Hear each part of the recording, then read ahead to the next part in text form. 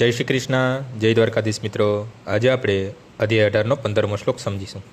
શરીર વામનો પિયત્કર્મ પ્રારભતે નરઃ ન્યાયમ વા વિપરીતમ વાપજ્યતે તસ્ય હેતવઃ.